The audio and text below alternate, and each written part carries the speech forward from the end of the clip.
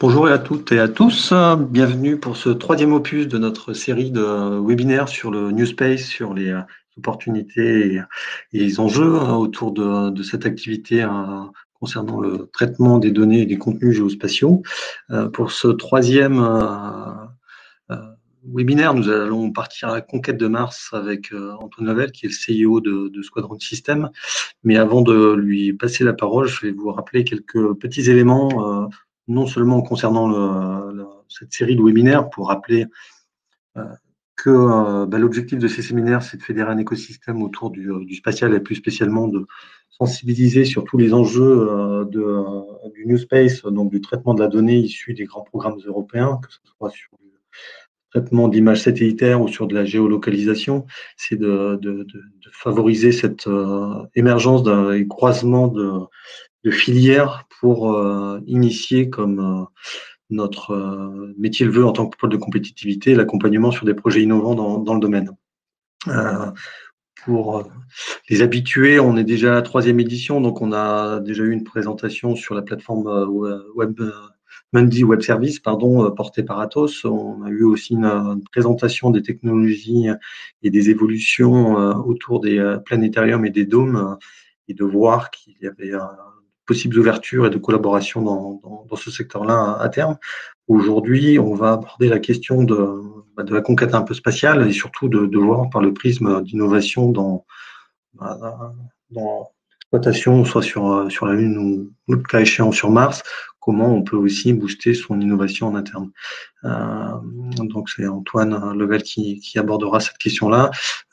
Petite excuse aussi, sachant qu'on devait avoir un intervenant du COMEX qui malheureusement n'a pu se libérer au dernier moment.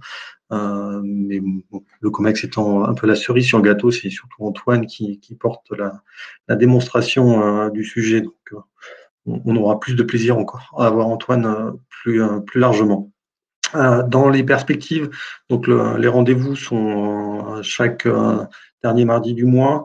Donc, pardon, il nous reste encore 6 éditions, trois éditions déjà câblées, où on abordera notamment l'innovation en lien avec les laboratoires de recherche et puis la démarche européenne.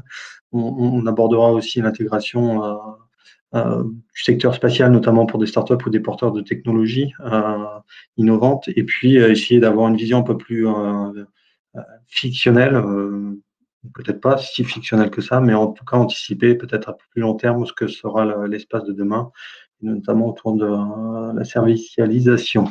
Voilà, il reste 3 événements encore ouverts. L'idée étant de vous faire participer aussi à l'émergence des sujets ou des thématiques ou d'intervenants. Donc, n'hésitez pas si le sujet vous intéresse et que vous avez quelque chose de pertinent à partager avec la communauté.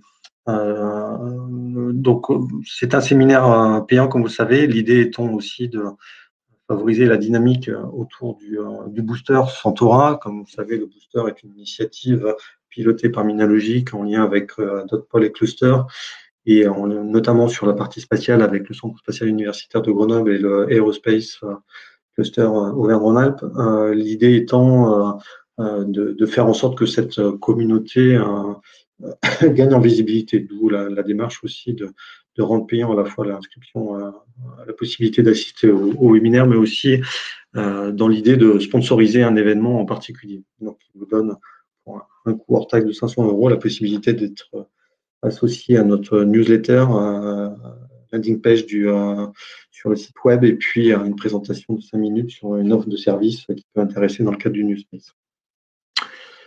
Prochain objectif étant de vous, comme je le disais, d'aborder la question académique avec Mathieu Barthélémy, qui est le directeur du CESUG, et d'aborder les questions à travers des projets européens aussi, les futurs financements. Ça viendra. Donc, à mettre dans vos agendas le mardi 26 janvier. Pas 2020, mais 2021.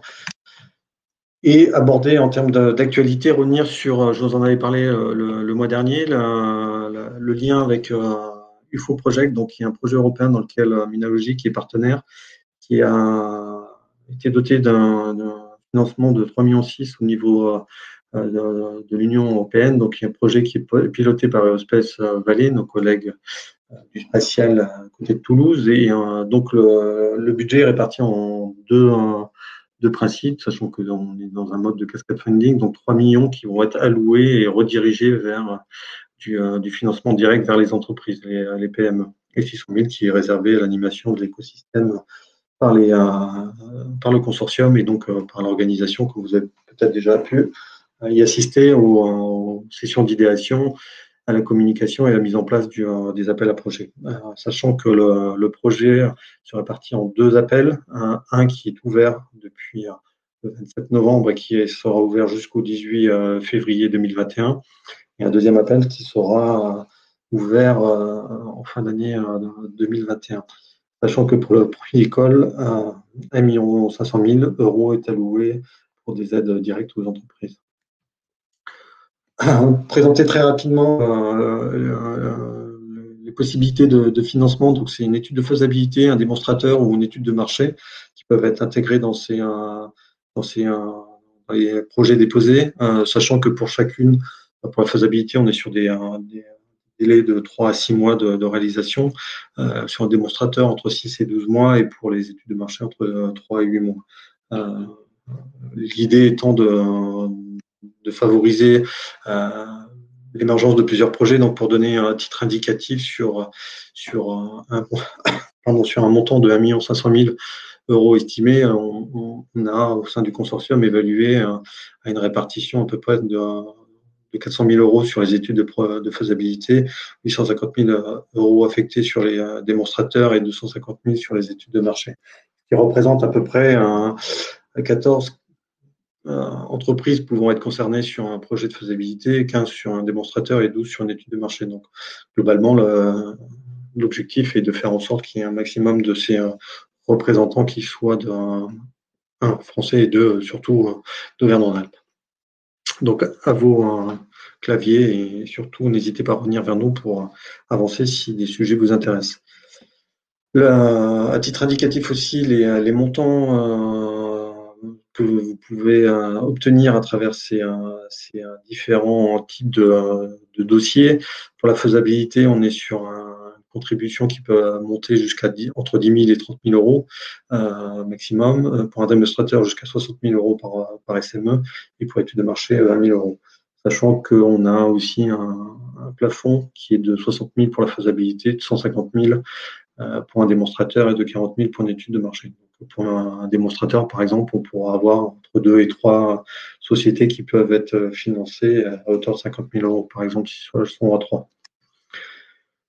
Je vous ai mis aussi les critères, de savoir que pour le critère, donc il faut être une PME au sens européen du terme, qu'il faut être localisé dans un des pays représentés par les membres du consortium, donc en Bulgarie, en France, en Grèce, en Roumanie ou au Royaume-Uni, que les consortiums doivent être composés de 2 entreprises, de préférence sur 2 pays différents, de manière à optimiser ses chances de réussite, d'intégrer à la fois des nouvelles technologies ou de faire émerger des nouveaux applicatifs, notamment en lien avec les 6 industries visées, qui sont le Blue Growth, donc tout ce qui est en lien avec le maritime, tout ce qui est l'environnement, tout ce qui est en lien avec le climat, tout ce qui est en lien avec les industries culturelles et créatives, avec l'assurance et la finance, et le dernier qui est la mobilité. Vous avez toutes les informations concernant le dossier et le téléchargement du dossier sur ufoproject.eu. Un webinaire de présentation de lancement du projet avait été fait le 19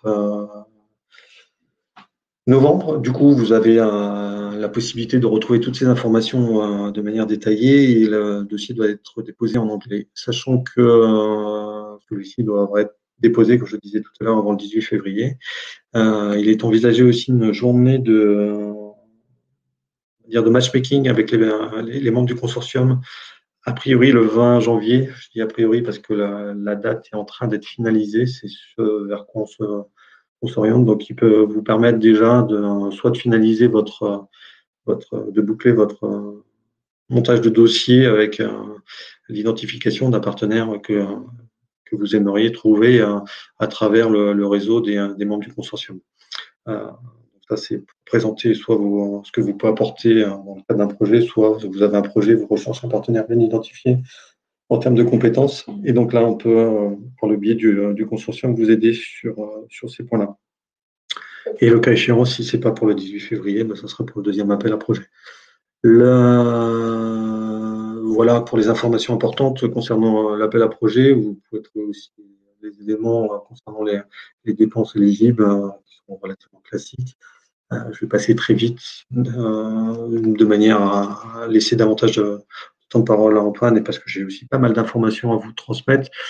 Quelques critères aussi pour vous donner une idée sur chacun des types de financement possibles, que ce soit faisabilité, le démonstrateur ou l'étude de marché. On est sur 4 grands critères qui vont être répartis en sous-critères qui vont déterminer la notation finale. Donc, comme je vous le disais, la notation va permettre de bénéficier d'un petit plus si le partenariat est transnational.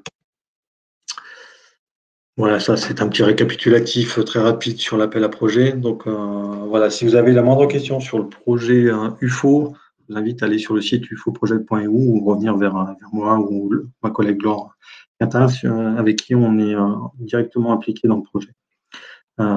Évoquer aussi dans les dimensions financement européen, vous intéresser au projet DigiFed de manière à voir comment intégrer des technologies aussi sur des prototypes, des études de faisabilité qui peuvent s'inscrire un peu dans le même état d'esprit, moins ciblés sur les outils, les Small Flying Objects, mais qui potentiellement peut être aussi une solution de financement. Quelques infos. Le premier cycle, un des cycles de formation des ambassadeurs du spatial vient d'être terminé par le CNES. J'en ai fait partie. Je vous invite vivement à vous connecter sur le site Connect Backness et de suivre un petit peu le prochain agenda qui devrait avoir lieu courant mars-avril, si les dates ne changent pas. Sachant que c'est un cycle de conférences, de tutoriaux qui sont proposés par le CNES et qui permettent de connaître un petit peu l'état de l'art en termes de traitement de sources de données satellitaires sur les SATCOM, donc tous les satellites de communication, télécommunications, etc. Enfin, toutes ces problématiques-là qui permettent aussi d'avoir un temps d'échange avec les experts du CNES à l'issue des présentations. Donc, c'est 1 heure par semaine sur un cycle de quelques semaines et qui vous permet d'avoir pas mal d'informations. Autre information aussi sur un événement qui aura lieu au Canada, mais de manière virtuelle, les 18 et 19 janvier 2021, donc qui se consacre plus spécifiquement sur l'intelligence artificielle et le spatial.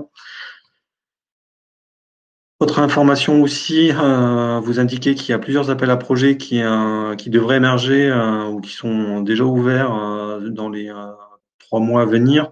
Donc au niveau régional, on devrait avoir un nouveau R&D booster dans le premier trimestre. Sur la dimension nationale, on est aujourd'hui sur un concours iLab, donc pour les entreprises de moins de 2 ans ou en cours de création.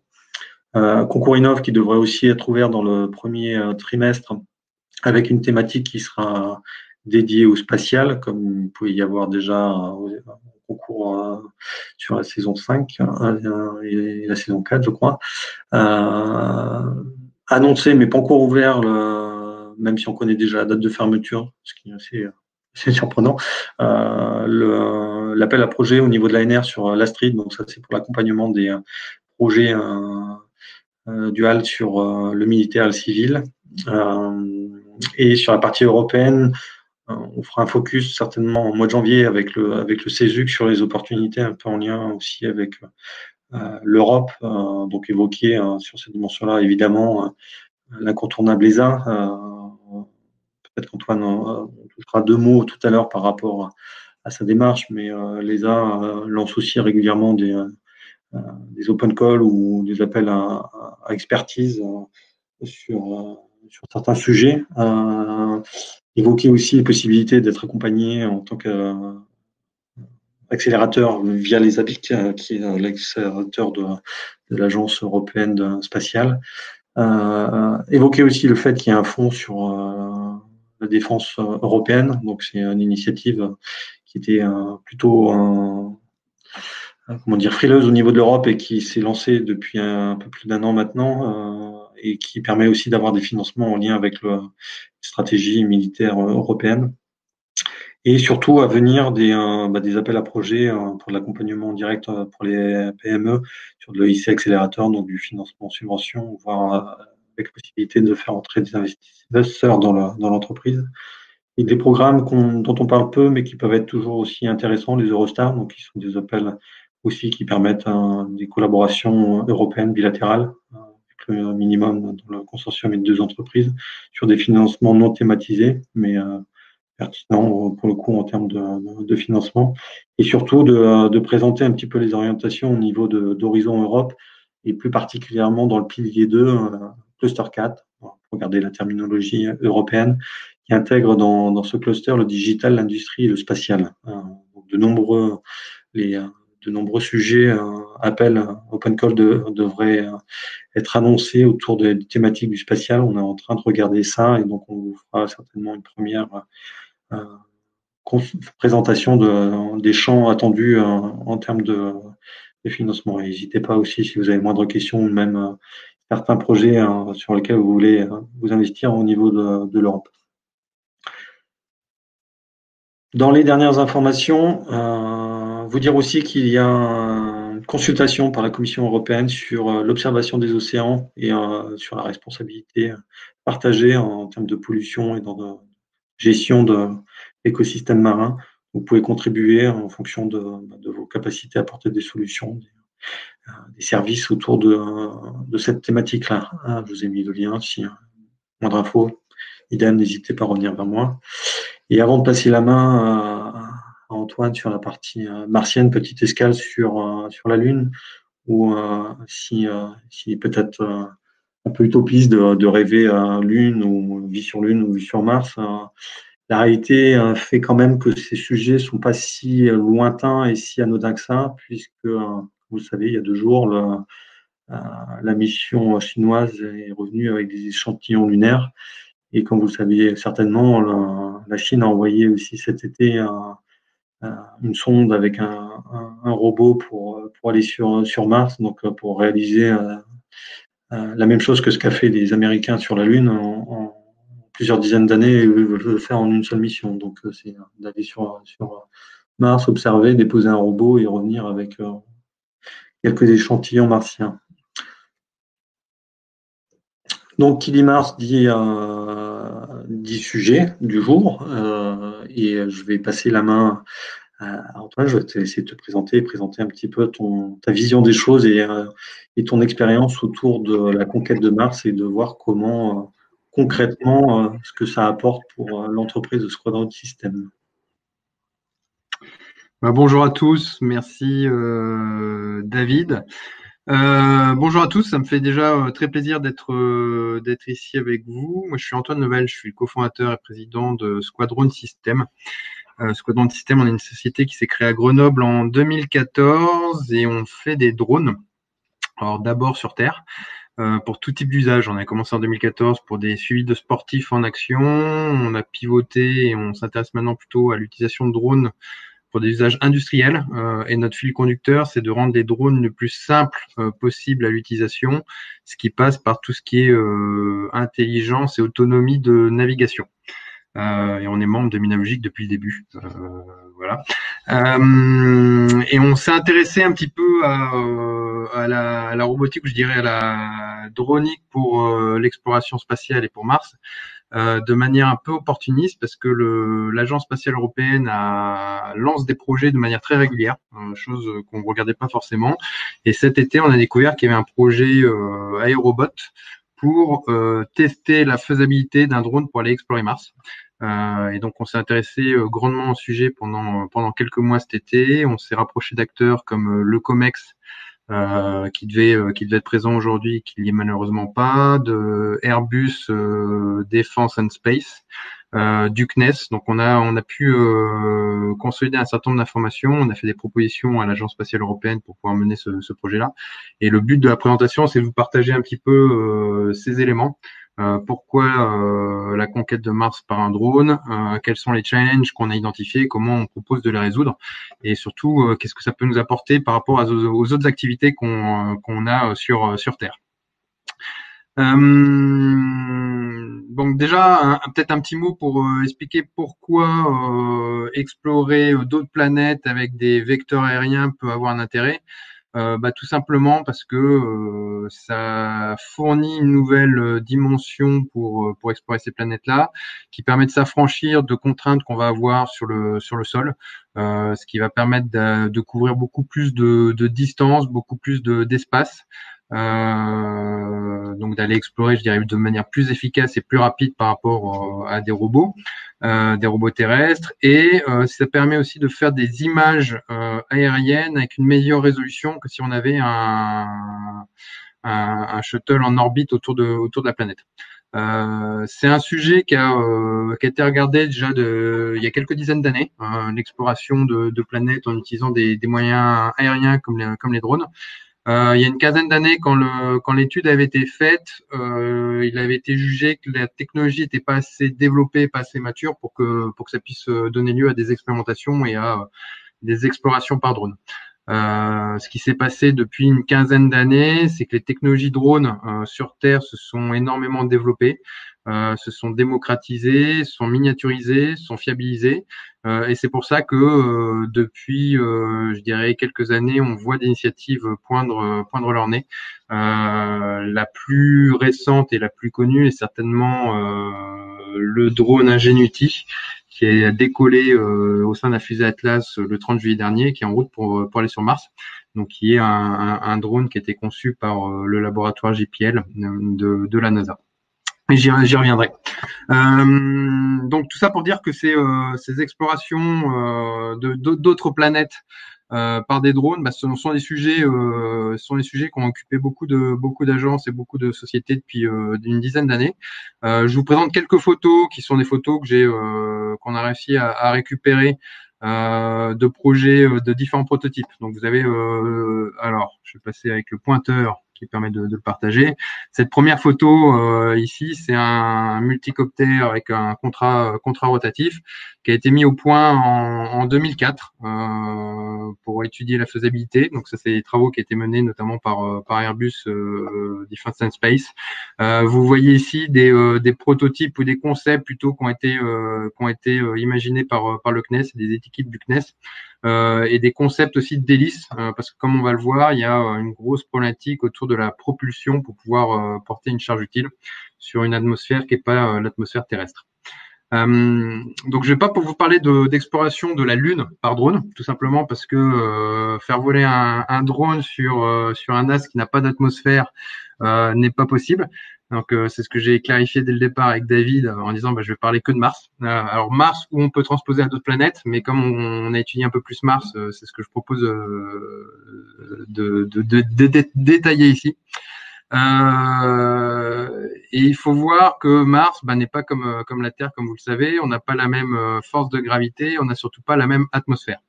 On a une atmosphère qui est de l'ordre de 1% de l'atmosphère terrestre, ce qui fait qu'on va avoir des problématiques de propulsion qui sont très très fortes.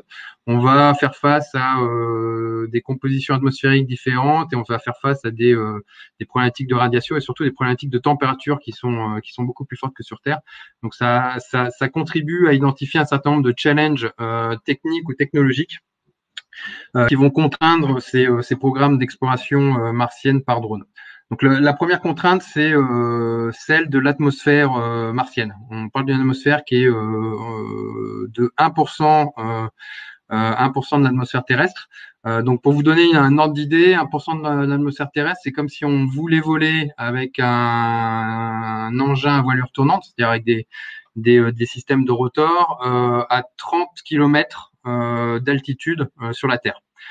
Et aujourd'hui, ça se fait pas. Vous n'avez pas d'hélicoptère ou de drone qui vole à 30 km d'altitude terrestre, tout simplement parce que il faut une poussée énorme. Et la poussée, on va la voir à la fois en jouant sur la taille des hélices et sur la vitesse de rotation de ces hélices-là. Plus on va vouloir mettre des hélices importantes, plus on va avoir un impact sur le poids, plus il va falloir avoir de la puissance pour les faire tourner rapidement. Plus on va vouloir mettre de puissance, plus l'énergie à emporter va être élevée, donc le pack batterie va être élevé. Et du coup, c'est comme tout engin aéronautique, un point d'équilibre à trouver entre la taille de l'engin, son autonomie de vol et sa capacité à emporter des charges utiles intéressantes. Un élément sur lequel je veux revenir, qui était clairement mentionné par l'Agence spatiale européenne dans son projet, c'est que voler sur Mars a plusieurs intérêts. D'abord, faire des images pour pouvoir explorer la planète. Deuxièmement, aussi pouvoir équiper le drone de bras robotisés pour pouvoir prélever des échantillons. Et puis David l'a mentionné avec l'exemple récent chinois, où on peut avoir à la fois cette volonté de prélever des échantillons ou d'aller récupérer des échantillons qui ont été prélevés par ailleurs par un autre robot. Donc, si je reviens sur les challenges, donc on a cette atmosphère qui est très ténue, à laquelle on va faire face. On a des températures qui sont extrêmes, des températures négatives, c'est-à-dire qu'il va falloir, dans la conception du drone, prendre ça en compte et on verra pouvoir réchauffer le drone pour pouvoir résister aux nuits martiennes. On fait aussi face à une problématique de délai de communication entre la Terre et Mars, ce qui veut dire qu'on ne peut pas piloter le drone à distance, puisqu'on a 20 minutes de délai de communication, si je me souviens bien, ce qui n'autorise pas le pilotage en temps réel du drone sur Mars, mais qui va du coup pousser pour des technologies de navigation autonome. Sachant bien sûr que sur Mars, vous n'avez pas de GPS, il n'y a pas de constellation satellite, donc se pose toute la question de comment faire de la navigation autonome sur une planète qui est loin de la nôtre. Il y a des champs technologiques, tout un champ de technologies qui sont possibles par rapport à ça. Et enfin, il y a toute la problématique de la recharge, puisque là on va parler de drones qui volent sur des batteries. Il faut pouvoir recharger ces batteries, donc on a l'énergie solaire qui est disponible. On peut aussi imaginer avoir des systèmes de recharge à travers les rovers. Et dans tout ce qui est imaginé aujourd'hui pour l'exploration martienne par drone, c'est vraiment une interaction entre un drone aérien et un rover terrestre, enfin un rover martien plutôt, et une interaction entre les deux. Donc sur le drone, on va pouvoir se poser sur ce rover, se recharger, éventuellement changer sa charge utile pour pouvoir repartir sur différentes missions.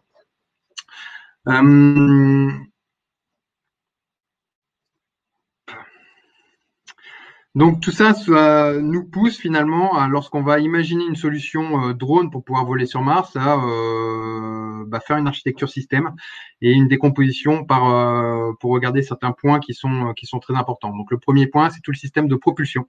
Le système de propulsion, comme j'ai mentionné avant, on a une atmosphère qui est très faible, 1% d'atmosphère terrestre. On va s'intéresser à des mécanismes de propulsion et des mécanismes qui sont dans les faibles Reynolds, donc qui sont vraiment différents de ce qu'on utilise sur l'atmosphère terrestre pour les drones. Qu'on va mettre au point d'abord en simulation, et on va beaucoup utiliser la simulation, et ensuite on va tester ça sur des bancs de test pour pouvoir valider ces simulations. Donc c'est vraiment de l'essai, prototype, itération qui va nous permettre de mettre au point ces hélices.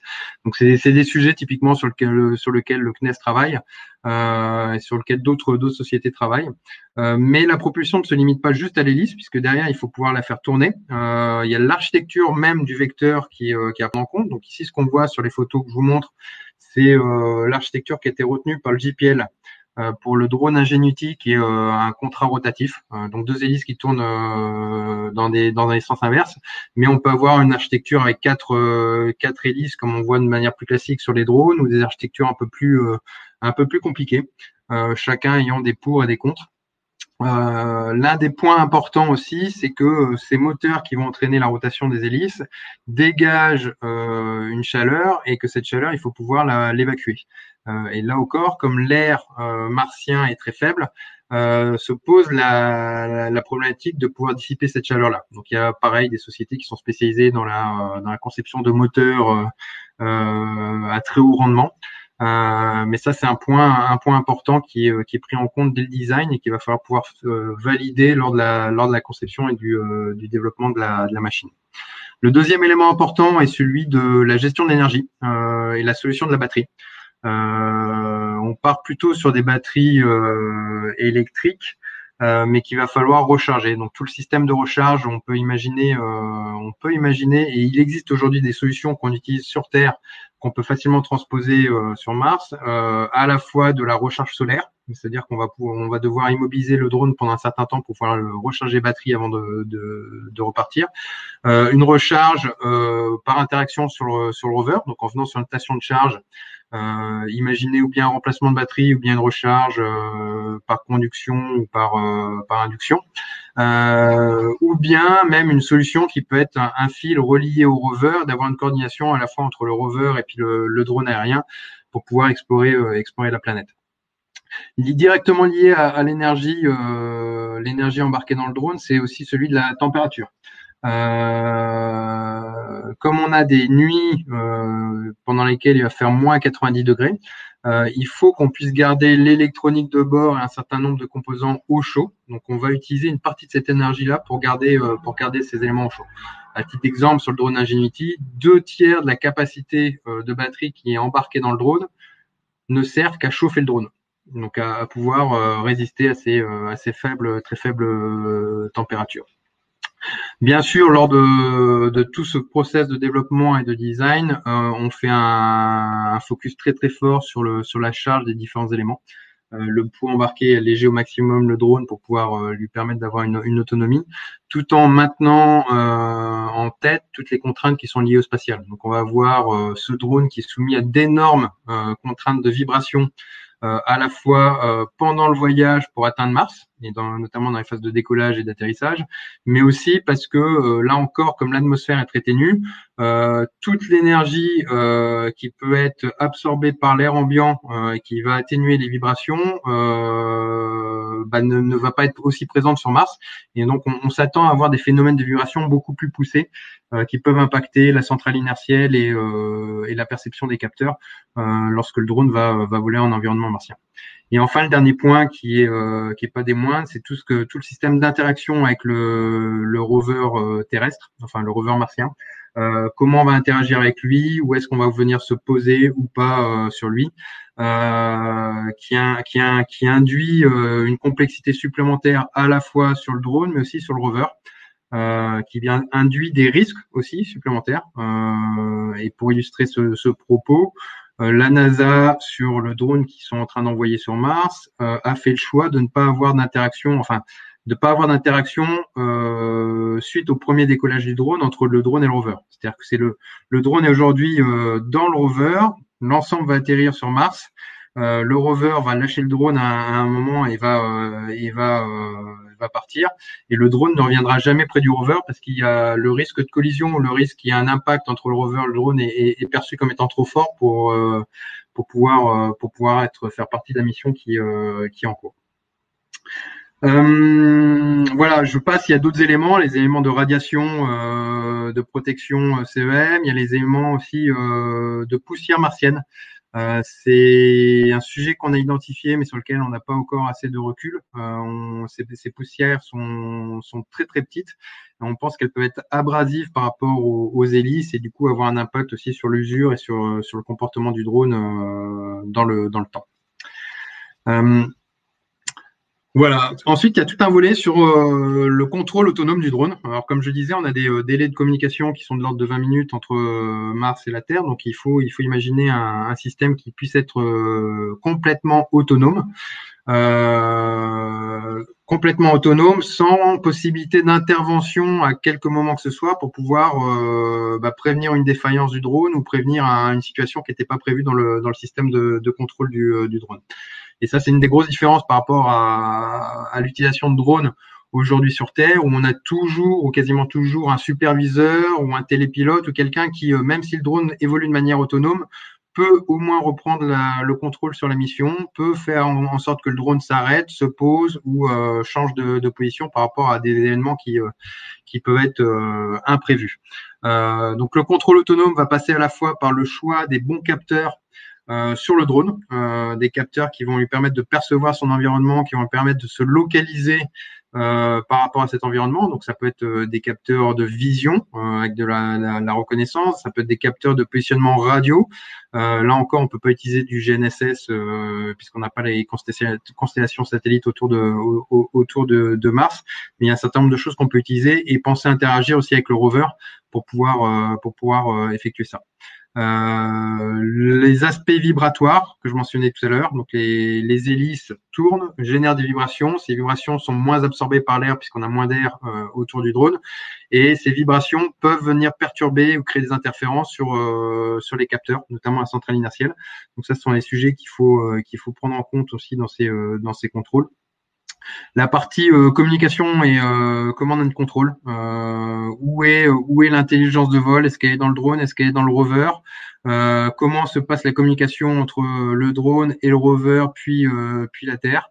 Quelles sont les données qui doivent être transmises? Où se font le traitement de ces données? Si on imagine faire de la localisation par traitement d'image, est-ce qu'on va le faire dans le drone? Est-ce qu'on va le faire dans le rover? Voilà, tous ces sujets sont aujourd'hui ouverts. Et enfin, tous les systèmes de contrôle d'automatisme sur le drone, donc les contrôleurs PID, la dynamique du drone doivent être affinés par rapport à ce qu'on va voir sur l'atmosphère martienne. Donc la dynamique du drone ou la manière dont le drone va réagir par rapport à des échelons de commande va être différente sur Terre que sur Mars, et ça, il faut pouvoir l'anticiper. Bien sûr, on ne peut pas mettre au point la solution en étant une fois sur Mars, donc il faut l'anticiper, et ça s'anticipe à la fois par de la simulation et puis par des tests dans des environnements qui vont reproduire les environnements martiens. Donc voilà, ça ouvre la question sur comment mener un tel développement. Donc il y a forcément une partie théorique, une partie de design, d'architecture. On peut réfléchir à beaucoup de choses, d'analyse de risque par rapport à ces éléments. Mais pour pouvoir avancer concrètement sur le développement d'un tel engin qu'on enverra un jour sur Mars, et j'espère qu'on pourra y participer un de ces jours. Il y a des outils qui sont utilisés aujourd'hui par ces acteurs-là et qui sont envisagés. Donc il y a tout ce qui est simulation. La simulation, on parle pas d'un simulateur, je dirais classique, mais plutôt des simulateurs multiphysiques où on va vouloir simuler l'interaction entre les composants électroniques, les contraintes mécaniques, les contraintes environnementales. Donc typiquement ce que je disais tout à l'heure, vitesse de rotation du moteur qui va entraîner une dissipation thermique, mais aussi une capacité de propulsion, d'élévation dans l'air et des vibrations qui vont se transmettre. Donc tous ces éléments ont besoin d'être simulés très finement pour pouvoir tester des concepts de propulsion, tester des concepts d'architecture et valider ou invalider ces concepts. Cette phase de simulation va forcément être ensuite validée par des bancs de tests technologiques. Alors d'abord technologiques, typiquement si on prend la chaîne de propulsion, on sait qu'il y a un travail de design et de simulation très pointu à faire sur l'hélice elle-même, sur la forme de l'hélice, sur le système de propulsion. Et ce sont des éléments qui peuvent mesurer, on va dire, jusqu'à 1 mètre de diamètre suivant les hélices qu'on va mettre au point, et qu'on va pouvoir tester dans des chambres martiennes. Donc ça va être des chambres sur lesquelles on va reproduire l'atmosphère martienne en termes de teneur de l'atmosphère, donc 1% de l'atmosphère terrestre, sur lequel on va pouvoir mesurer à la fois la vitesse de rotation de l'hélice, l'échauffement du moteur, la propulsion générée par le système, et on va pouvoir ainsi valider les simulations et pouvoir affiner le système petit à petit. Par contre, à un moment, on va vouloir aussi tester le système réel, c'est-à-dire le drone tel qu'il sera conçu, et faire des vols réels qu'on ne pourra pas faire sur Mars pour les mettre au point, mais dans ce qu'on appelle une chambre martienne. Et c'est notamment pour ça qu'on s'est rapproché de COMEX, puisque la compagnie maritime d'expertise est pionnière dans l'industrie hyperbare, mais aussi sur donc la réalisation de caissons hyperbares, mais de caissons sur lesquels on peut atteindre du vide. Elle a notamment mis au point une chambre lunaire pour un des programmes spatials de l'agence spatiale européenne. C'est les photos que je vous montre ici. Donc comme Peter du COMEX n'était pas présent, je me suis permis de reprendre quelques illustrations. Cette chambre que vous voyez ici, c'est une chambre qui fait 5 mètres de diamètre. Donc une chambre dans laquelle on peut s'autoriser à faire voler un drone. qui a été conçu pour reproduire l'atmosphère lunaire, enfin pour reproduire les conditions qu'on va trouver sur la Lune, et qui peut évoluer pour reproduire l'atmosphère martienne. C'est-à-dire qu'on peut y avoir 1% d'atmosphère terrestre, on peut y mettre des poussières qui simulent les poussières martiennes et ainsi tester les équipements et tester le drone et notamment tester et valider la capacité et l'efficacité de la chaîne de propulsion. Mais une fois qu'on dit ça, il y a tous les éléments à mettre en place pour pouvoir effectuer les mesures, prendre les données, reproduire aussi la gravité martienne, qui est beaucoup plus faible que la gravité terrestre. Donc on voit que tout ce pan de validation va mobiliser beaucoup de ressources et beaucoup d'efforts pour pouvoir permettre la mise au point de cette solution.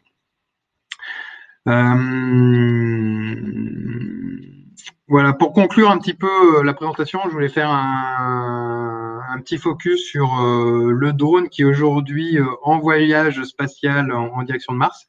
Donc c'est le drone Ingenuity qui est parti le 30 juillet dernier dans la fusée Atlas, qui fait partie du rover Perseverance, qui est normalement attendu pour un atterrissage sur Mars en février 2021. Ce drone a été développé du coup par la NASA et par le JPL, donc le Jet Propulsion Lab de la NASA. Les premiers essais ont été faits en 2010, je crois, ou en tout cas les premières ébauches ont été faites en 2010. Ce drone pèse 1,8 kg, vole 90 secondes et a une hélice. Donc vous voyez le système de contrat rotatif avec des hélices qui font un diamètre de 1,20 m. 90 secondes de temps de vol, donc c'est vraiment pour tester la faisabilité de faire voler un engin sur Mars. Il n'y a pas d'autre intérêt à ce drone qui est parti. Il est équipé d'une batterie qui fait 40 Wh, dont 2/3 de la puissance est utilisée juste pour chauffer le drone et lutter contre les températures extrêmes qu'il y a.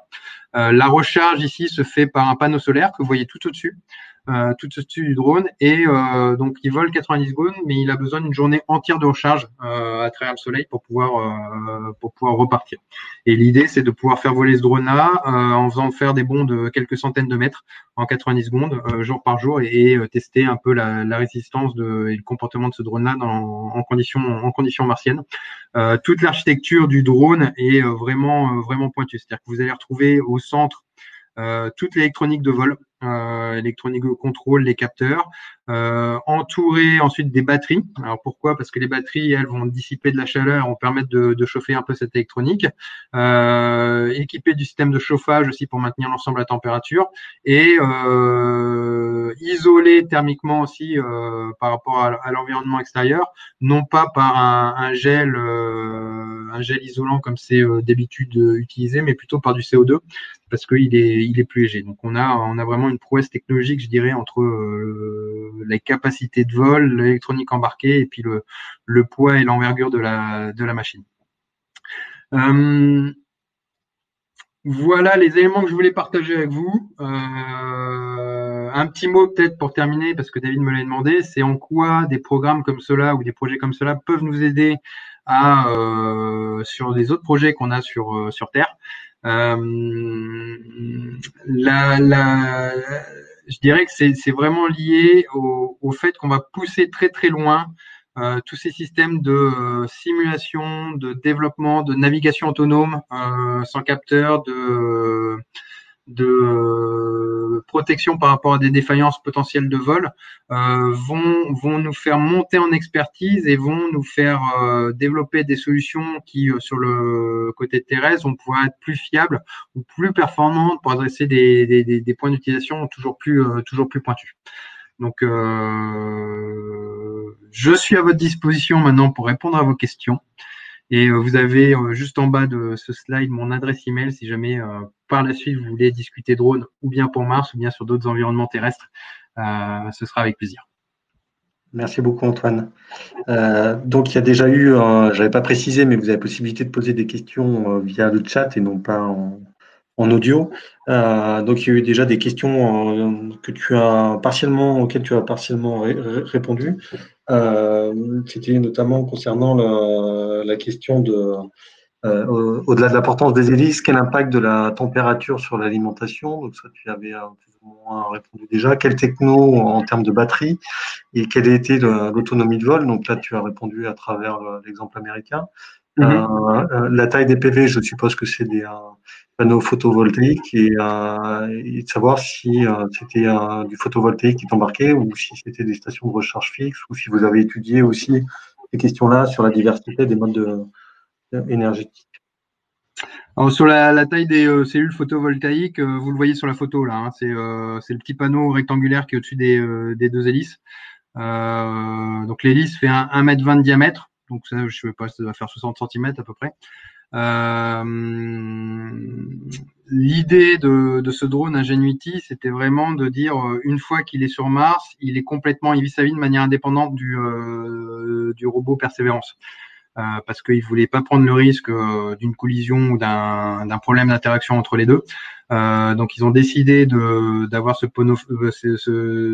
panneau qui va prendre une journée entière pour recharger les batteries pour faire un vol de 90 secondes. Donc c'est pas le plus efficace ce qu'on peut faire. Je pense que à l'avenir, l'idée ce serait plutôt d'avoir des capacités de recharge sur le rover et que le drone puisse venir interagir avec le rover pour pouvoir recharger ses batteries. Ok. Question concernant le couplage avec un ballon hélium. Est-ce que c'est des choses que vous avez investiguées, pensées ou regardées, ou est-ce que c'est pas du tout envisageable? C'est une bonne question, ça. On l'a pas regardé, on l'a pas investigué. Dans les discussions que j'ai pu avoir avec les gens du CNES qui travaillent sur ce sujet depuis une dizaine d'années, c'est pas apparu dans les sujets qu'on avait identifiés. Alors ça a peut-être été regardé par ailleurs, mais en tout cas, j'en ai pas connaissance. Donc je pense que c'est une bonne idée qu'on pourrait regarder. Ouais. Ok. Autre question qui est plus en lien avec l'atmosphère. Est-ce que les tests de simulation aujourd'hui sont fiables? Et moi, je faisais référence notamment aux problématiques, non pas que uniquement des poussières, mais aussi des tempêtes qu'il y a sur Ouais. Mars, et du coup, qui est une caractéristique assez forte du climat martien. Du climat martien, ouais. Et puis c'est vrai qu'il y a des bases de données qui sont très détaillées là sur ces tempêtes et sur le climat martien. Euh, Aujourd'hui, il n'y a pas en tout cas dans ce qu'a partagé l'Agence spatiale européenne, il n'y a pas de demande très forte de résister aux tempêtes. Et si on regarde où se situent les tempêtes sur Mars, elles se situent plutôt au pôle. Et pas trop sur les zones qui sont pour l'instant ciblées pour pouvoir faire de l'exploration robotique. Donc c'est un sujet qui est mis de côté, mais qu'il faudra qu'on adresse effectivement par rapport à des cas un peu plus extrêmes. Ok. Après, les questions concernant plus l'implication de Squadron dans le programme d'exploration spatiale. Donc, si tu pouvais détailler peut-être un peu plus, savoir s'il y avait des partenaires régionaux qui étaient embarqués avec toi dans l'aventure et peut-être par rapport à l'appel de l'ESA, si vous êtes déjà Ouais, alors voilà. retenu, pas retenu, en course, plus en course, etc. Afin de savoir où vous en êtes concrètement. Ouais, alors si aujourd'hui on s'est intéressé à ce sujet-là et on l'a vraiment creusé parce qu'on avait identifié un appel à projet de la part de l'ESA. C'est un projet qui a été lancé en juin, sur lequel on a soumis une réponse au mois d'août en consortium avec le COMEX qui fournissait toute l'infrastructure de test et de validation, notamment avec la chambre lunaire qui peut se transformer en chambre martienne, parce qu'on a besoin à un moment et c'était une demande spécifique de l'ESA, de faire voler le drone dans un environnement martien, dans une atmosphère martienne, et avec Airbus Defence and Space, parce que notamment les équipes en Allemagne qui travaillent sur ces problématiques d'exploration spatiale depuis de nombreuses années, et qui a apporté l'expertise à la fois de la connaissance des définitions des scénarios d'exploration spatiale et de la connaissance de tous les simulateurs multiphysiques, physique, multiphysique, multidomaine. Donc on a proposé une architecture, des solutions, un projet. On est aujourd'hui toujours en concurrence. Il y a trois projets qui ont été déposés et on attend une réponse que j'espère positive de l'ESA dans les prochaines semaines. Donc, on n'est pas encore engagé activement, je dirais, dans ces travaux-là, mais on espère l'être prochainement. Et pour le coup, est-ce que vous êtes encore en recherche de partenaires potentiels ou de Oui, alors compétences après, qui vous manqueraient? ouais, tout à fait, tout à fait. Alors aujourd'hui, il y a un certain nombre de sujets sur lesquels on n'a pas identifié les partenaires ou sur lesquels on a identifié quelques partenaires mais qui sont pas complètement choisis. Si je prends le sujet par exemple de la propulsion, il y a la réalisation de ces hélices pour les faibles Reynolds. Il y a toute la motorisation sur laquelle on doit avoir des moteurs qui puissent tenir dans les conditions martiennes et qui soient efficaces pour limiter au plus les dissipations thermiques. Le choix des composants aussi pour l'électronique, etc. Enfin, il y a tout un pan d'activités qui sont ouverts et sur lesquels on aura plaisir à collaborer. Très bien. Encore une question qui concerne le système de localisation. Tu évoquais sur le fait qu'il n'y ait pas de GPS sur Mars. Du coup, est-ce qu'il y a des solutions alternatives? Est-ce qu'il y a des balises qui sont mises? Est-ce que vous utilisez les satellites? Parce qu'il y a quand même quelques satellites autour de Mars. Est-ce que comment vous gérez le système de localisation? Alors ça, on a émis plusieurs hypothèses. Celle qu'on retient pour le moment, c'est un peu similaire à ce qu'on fait aujourd'hui dans des environnements où on n'a pas le GPS sur Terre. Typiquement, quand on fait de la localisation indoor, ça va être un mix à la fois de technologie radio, où on va utiliser le rover comme système de référence ou centre du référence pour le drone, et faire de la localisation relative par rapport au rover. Donc ça peut être la radio, c'est typiquement de l'ultra wideband. Après, la problématique, c'est savoir jusqu'à quelle distance on veut se déplacer par rapport au rover et comment ces ondes radio se propagent en atmosphère martienne, couplé à la fois avec tout le système de centrale inertielle et de la vision. Notamment utiliser la vision pour pouvoir se recaler par rapport à des points d'intérêt et pour pouvoir faire de l'odométrie et du calcul de vitesse pour estimer les vitesses et du coup les positions dans le contrôle de vol. Je crois qu'il n'y a plus d'autres questions. Ah, si, il y a Alexandre qui est en train de copier une question, a priori. En attendant qu'il finisse, moi j'avais la question sur le drone que vous imaginez.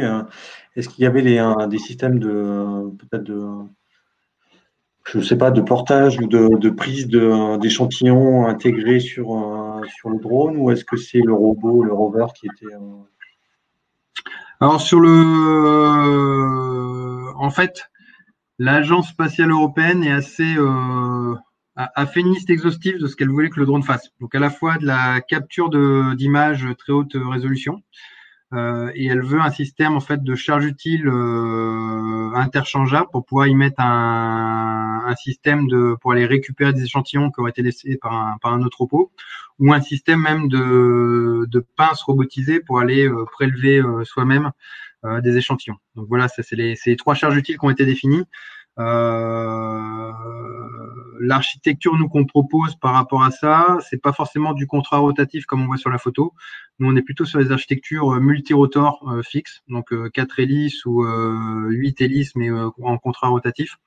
Mais ça, ce sont des choses qui nous restent à valider. D'ailleurs, l'Agence spatiale européenne a demandé à ce qu'on puisse soumettre 3 exemples d'architecture et à tester en environnement réel 3. Alors, pas sur le drone complet, mais sur les chaînes de propulsion, à tester 3 démonstrateurs technologiques différents dans des environnements martiens. Très bien. Donc là, en complément de la question sur le système de localisation, Alexander demandait si si vous aviez un partenaire sur la partie localisation déjà. Non, on n'a pas de partenaire aujourd'hui identifié sur la partie localisation. On a des idées sur des technos utilisés et qu'on utilise par ailleurs, mais on est très ouvert à pouvoir en parler plus et avoir des partenaires sur cette partie-là. Très bien, on arrive à la fin de ce webinaire. Est-ce qu'il y a encore une dernière question? Sinon, je vais libérer Antoine, que je remercie chaleureusement et grandement. Donc, de l'action pour Minalogic pour t'accompagner sur ce projet, parce que de ce que j'entends. Donc, avec plaisir là-dessus. Et comme vous l'évoquez, premières opportunités avec UFO et DigiFed sur la partie européenne et du Cascade Funding.